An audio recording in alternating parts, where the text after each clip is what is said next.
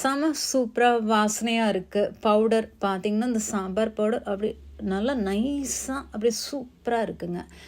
அவ்வளோதாங்க. இந்த சாம்பார் பொடி நம்ம அரைச்சோமா, இது வந்து எப்படியும் ஒரு 6லேருந்து 10 மாதத்துக்கு வரையும் வரும்னு நினைக்கிறேன்.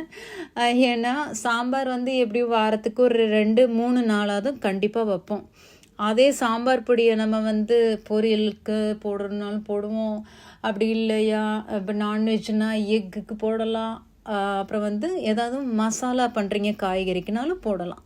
ஸோ செம சூப்பராக அருமையாக தயார் பண்ணியாச்சுங்க. ஸோ இந்த மாதிரி சாம்பார் பொடி நீங்கள் ட்ரை பண்ணலைன்னா கண்டிப்பாக நீங்கள் ட்ரை பண்ணி பாருங்கள். ரொம்ப ரொம்ப சூப்பராக இருக்கும். கண்டிப்பாக அதை செஞ்சு பார்த்துட்டு எப்படி வந்துச்சுன்னு சொல்லிட்டு கீழே கமெண்ட் பண்ணுங்கள்.